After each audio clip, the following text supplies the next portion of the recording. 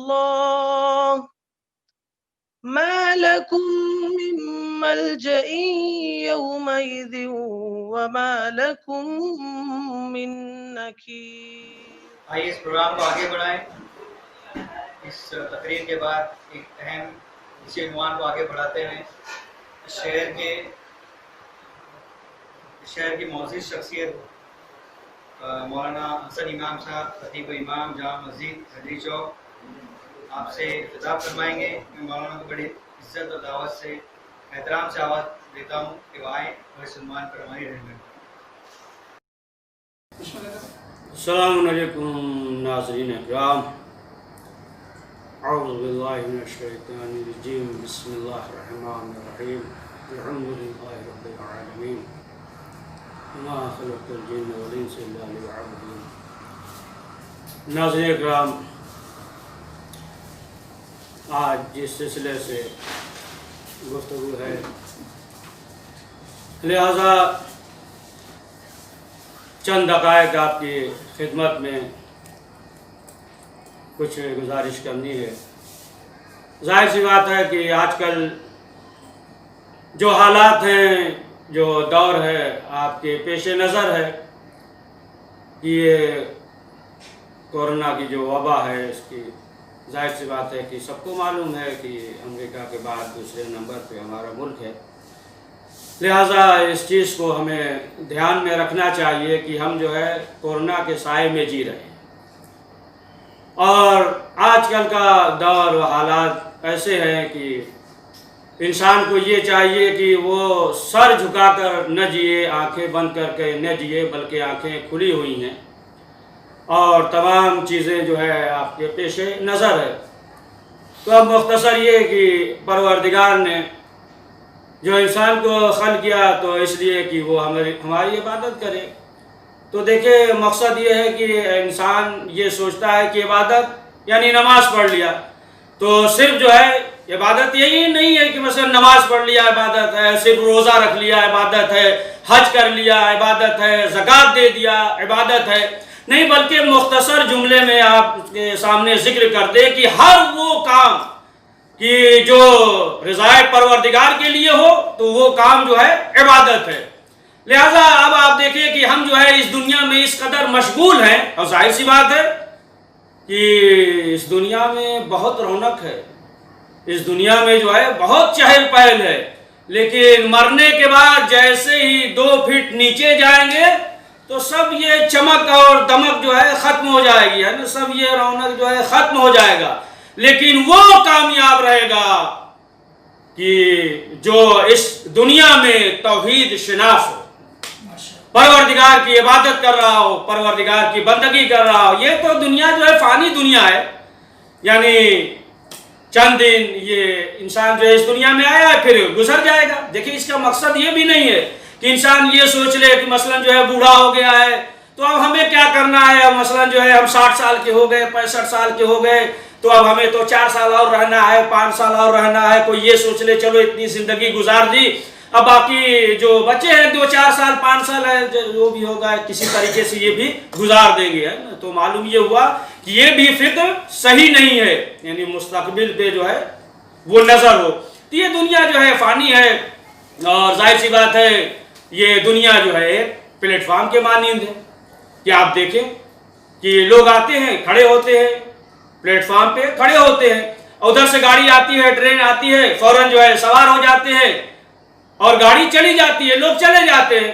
پھر اس کے بعد جو ہے لوگ آتے ہیں، انتظار کرتے ہیں، گاڑی آتی ہے، اس پہ سوار ہوتے ہیں، لوگ چلے جاتے ہیں. یعنی لوگ آتے جاتے رہتے ہیں، لیکن پلیٹ فارم جو ہے وہ اپنی جگہ پہ رہتا ہے. اسی طریقے سے یہ دنیا ہے کہ لوگ آئیں گے اور چلے جائیں گے. ہم سے پہلے بھی لوگ آئے اور چلے گئے، آج کل بھی لوگ آ رہے ہیں اور جا رہے ہیں، اور اس کے بعد بھی لوگ آئیں گے اور چلے جائیں گے. تو اب آپ دیکھیں کہ یہ دنیا جو فانی ہے، اور اس کی مثال جو ہے سادی مثال دے دیں کہ جس طریقے سے انسان امتحان دیتا ہے، ایگزام دیتا ہے، تو ظاہر سی بات ہے کہ اگر کسی کو یہ معلوم ہو جائے بچے کو کہ ابھی 6 مہینے کے بعد امتحان ہوگا تو پھر وہ جو ہے اطمینان سے بیٹھے کہے گا ابھی ہمارے پاس جو ہے بہت وقت ہے.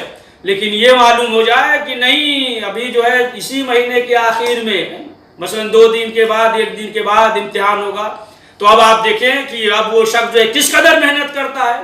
یہ دنیا فانی ہے، معلوم نہیں ہے کہ انسان کب اس دنیا سے چلا جائے گا. اٹھتے بیٹھتے سوتے جاگتے ہر وقت جو ہے موت کے منہ میں ہے.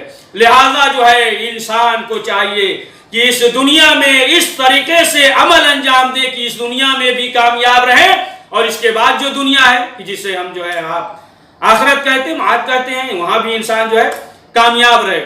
تو جب تک انسان بندگی نہیں کرے گا، اللہ کی عبادت نہیں کرے گا، انسان کو سکون نہیں ملے گا. دیکھیں اس دنیا میں کیا ہے، مثلا جو ہے دودھ والا آیا، اس نے کہا کہ دودھ کا پیسہ دیجئے، بل لے کر آ گیا. لائٹ والا وہ اپنا بل لے کر آ گیا ہے، مثلا اخبار والا وہ جو ہے اپنا بل لے کر آ گیا. تمام جو ہے بیوی بچے جو ہے وہ اپنا مطالبہ کر رہے ہیں، جو خواہشات ہے. خود انسان کا جو نفس ہے وہ الگ مطالبہ کر رہا ہے. اب آپ اندازہ لگائیں کہ اس طریقے سے انسان گھرا ہوا ہو اگر چاروں طرف سے، کہ ادھر دودھ والا بھی مطالبہ کر رہا ہے، ادھر بل والا لائٹ کا بل والا بھی مطالبہ کر رہا ہے، ادھر جو ہے بچے بھی مطالبہ کر رہے ہیں، بیوی بھی مطالبہ کر رہی، خود اپنے خواہشات ہیں یہ بھی مطالبہ کر رہے ہیں. جب انسان جو ہے اس قدر گھرا ہوا ہو تو پھر انسان کو اس دنیا میں کیسے سکون ملے گا، اطمینان ملے گا؟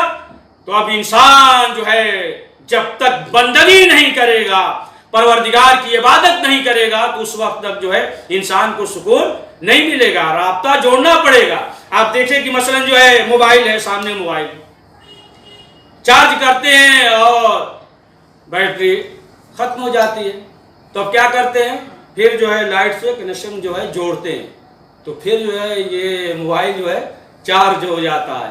اسی طریقے سے یہ انسان اس دنیا میں جب تک جو ہے اپنے رابطے کو پروردگار سے نہیں جوڑے گا، جب تک جو ہے بندگی نہیں کرے گا، اس وقت تک جو ہے انسان کو سکون اور اطمینان نہیں ملے گا. اب آپ دیکھیں کہ پروردگار نے کس قدر جو ہمیں نعمتیں دی ہیں، لیکن جو ہے ہم اس کی نعمتوں کو یاد نہیں کرتے، نعمتوں کو یاد نہیں کرتے. ظاہر سی بات ہے کہ کس قدر اگر جو ہے تفصیلی انسان بیان کرے تو بے شمار ہیں. کہ آپ دیکھیں کہ سب سے بڑی چیز کی پروردگار نے جو ہے انگوٹھا، یہ انگلی ہے، اگر یہ نہ ہو تو ہم بٹن ہی نہ کھول پائیں، دور جانے کی ضرورت ہی نہیں ہے. کس قدر جو ہے پروردگار نے نعمتیں دی ہیں، لیکن اس کے باوجود جو ہے انسان جو ہے ناشکرا ہے. اگر انسان چاہے تو اپنی نعمتوں میں اضافہ کر سکتا ہے، وہ جو ہے بندگی کی وجہ سے. اور اگر جو ہے کفران نعمت کر رہا ہے تو ظاہر سی بات ہے، جیسا کہ تمثیل ہے، آپ نے سنا ہوگا کہ ایک بادشاہ تھا، وہ بیٹھا ہوا اپنے محل میں اس انداز سے شعر پڑھ رہا تھا کہ اللہ کا شکر ہے، ہم جو ہے بہت خوش ہیں اور اللہ نے ہمیں جو ہے تمام نعمتیں دی ہیں، ہمارے پاس جو ہے دولتیں ہیں، یہ ہے، کہہ رہا تھا محل میں. تو اتفاق سے ایک فقیر گزر رہا تھا، تو اس نے سن لیا. جب سن لیا تو اس نے بھی کہا کہ بادشاہ تم تو خوش ہو، لیکن تمہارے رعایا میں جو ہے ان کی بھی فکر ہے یا نہیں؟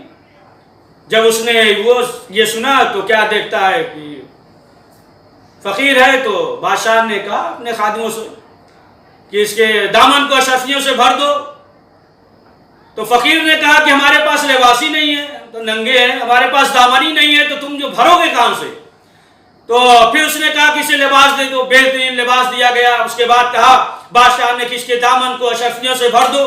اب اسے ملا اور گھر پہ چلا آیا، اور آنے کے بعد جو ہے فوراً ختم کیا 2-4 روز میں، اور ختم کرنے کے بعد جو ہے پھر سوال کرنے لگا. بادشاہ نے کہا کون ہے؟ کہا کہ وہی فقیر آیا ہے. تو کہا اسے بھگا دو.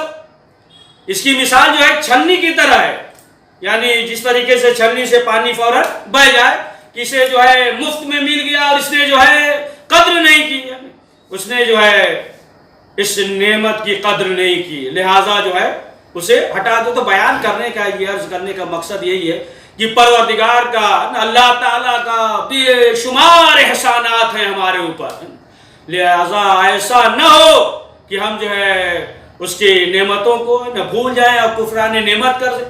تو ظاہر سی بات ہے کہ تمام چیزیں سلب ہو جائے گی. انسان کے اختیار میں ہے کہ انسان جو ہے پروردگار کی عبادت کرے، پروردگار کی بندگی کرے اور شکر بجا لائے، تو پروردگار جو ہے اس کی نعمتوں میں اضافہ کر دے گا.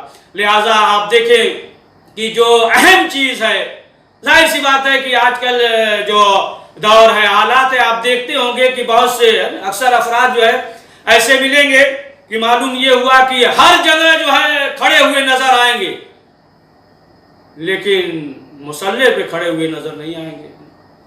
معلوم یہ ہوا کہ یہ تمام چیزیں ہیں کہ انسان اگر جو ہے غور کرے اور شفاف توحید کی معرفت ہو تو پھر انسان جو ہے منزل کمال پہ پہنچ جاتا ہے. لہٰذا ہم اسی وقت جو ہے سعادت مند ہوں گے، اسی وقت جو ہے ہم کامیاب ہوں گے کہ جب اللہ تعالیٰ کی معرفت ہو اور ہم جو ہے اس کی بندگی کریں، اس کی عبادت کریں، تو انشاءاللہ جو ہے ہم اس دنیا میں بھی سرفراز رہیں گے، اور اس کے بعد آخرت جو ہے دوسری دنیا جسے ہم اور آپ آخرت کہتے ہیں، اس دنیا میں بھی سرفراز رہیں گے. لہذا آخر میں یہی دعا ہے کہ پروردگار اللہ تعالیٰ کی بارگاہ میں کہ ہمیں پروردگار زیادہ سے زیادہ نیک اعمال کرنے کی توفیق نصیب فرمائے. صلی اللہ علیہ وسلم.